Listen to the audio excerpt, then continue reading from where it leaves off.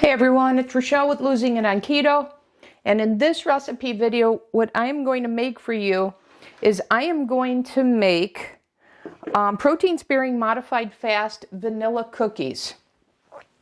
Now I have this vanilla collagen powder and I've been thinking, what can I make with this?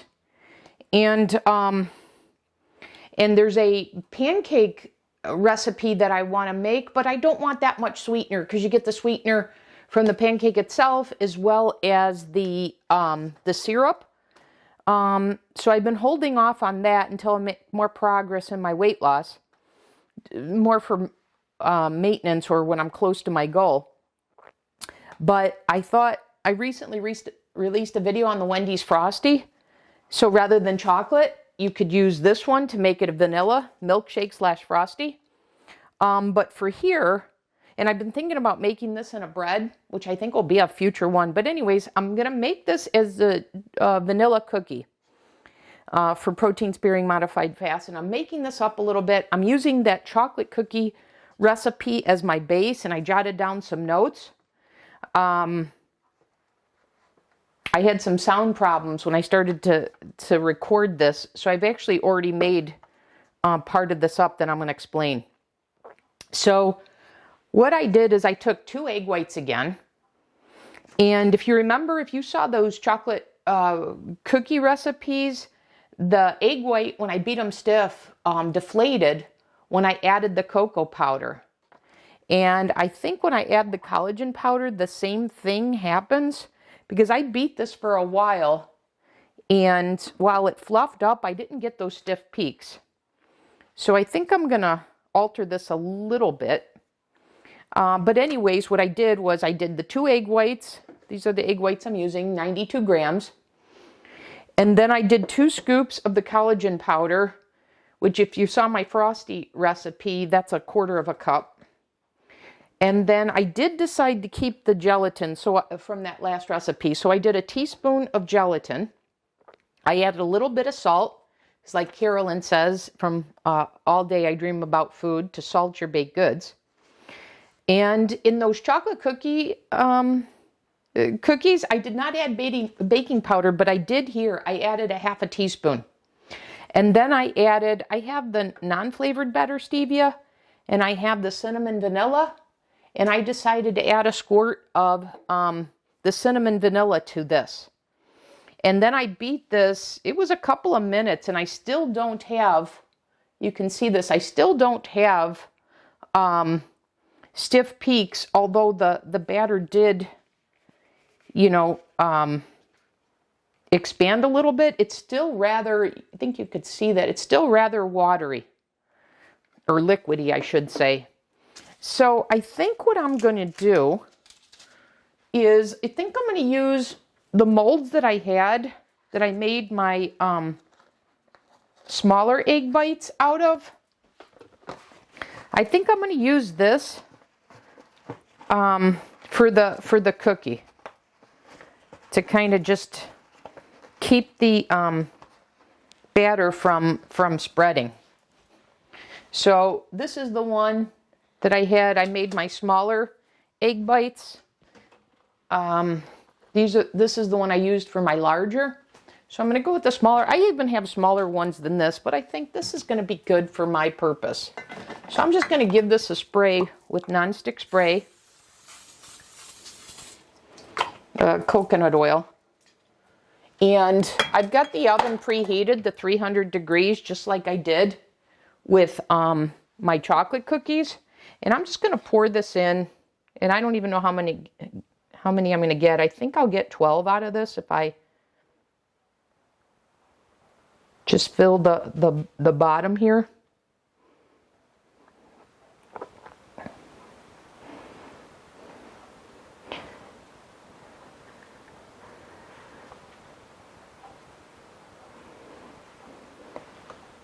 And like I said, I'm just making this up as I go along, just like I did with those chocolate cookies.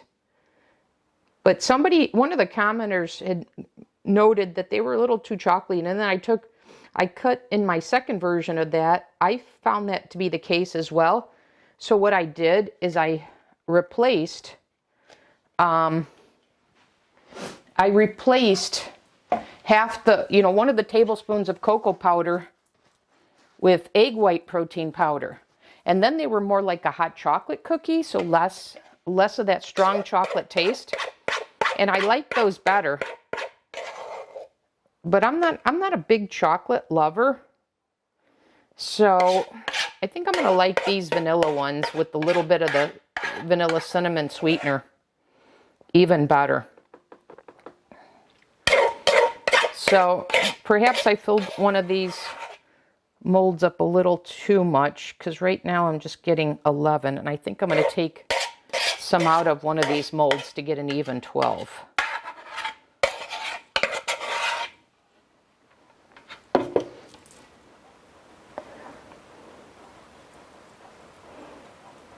And maybe what I should have done is, maybe to thicken this up a little bit, maybe I should have added some egg white protein powder to this.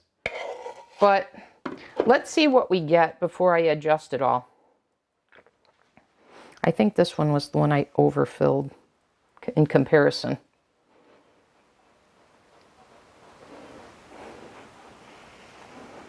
Okay.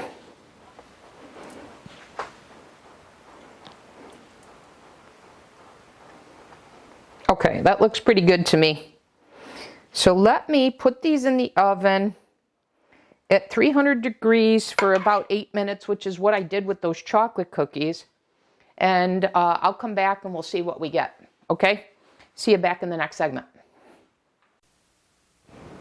Okay, back in this segment. These took a little bit longer, and I took them out of here and I put them on the parchment paper. So I just used this little spatula to scoop them out, turn them over because they were a little wet on the bottom. So I wanted them to bake. And you can see I didn't make them uniform in size, so I don't know. I'm thinking maybe I should have made 6 rather than 12. Because I think I should have doubled these up. You see how they're different? These are a good size. This was a little thicker. But I think I'll make 6 out of these next time rather than 12. So I'm going to take a thin one and I'm going to take a regular size one. Let's see how they are.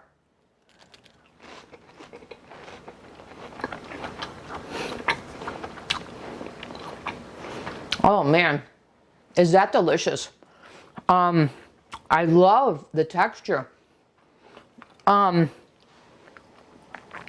texture, man, that you get a buttery flavor even though there's no butter in this. I don't even know where that's coming from.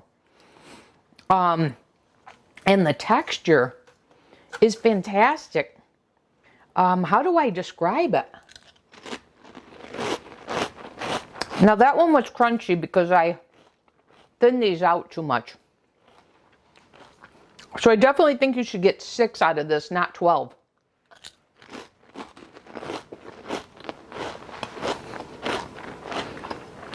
But if you wanted a crunchy, man, is that delicious. I'm trying to describe, this is crunchy too. Yeah. Yeah, definitely do 6 rather than 12.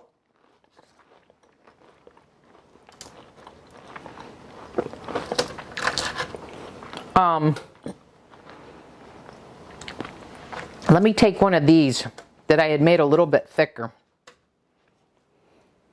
because I have to describe the texture of this.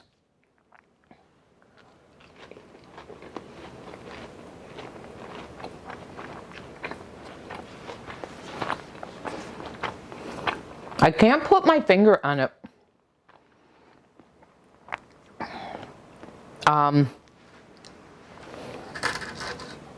It's not a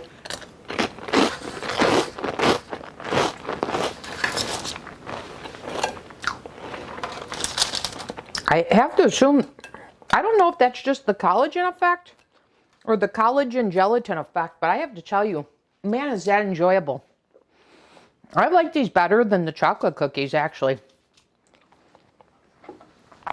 So I'll post, because I had to change the bake time. The bake time that I gave wasn't correct, so I'll post the instructions but I would say do 350 for 15 to 18 minutes. Man, these are delightful.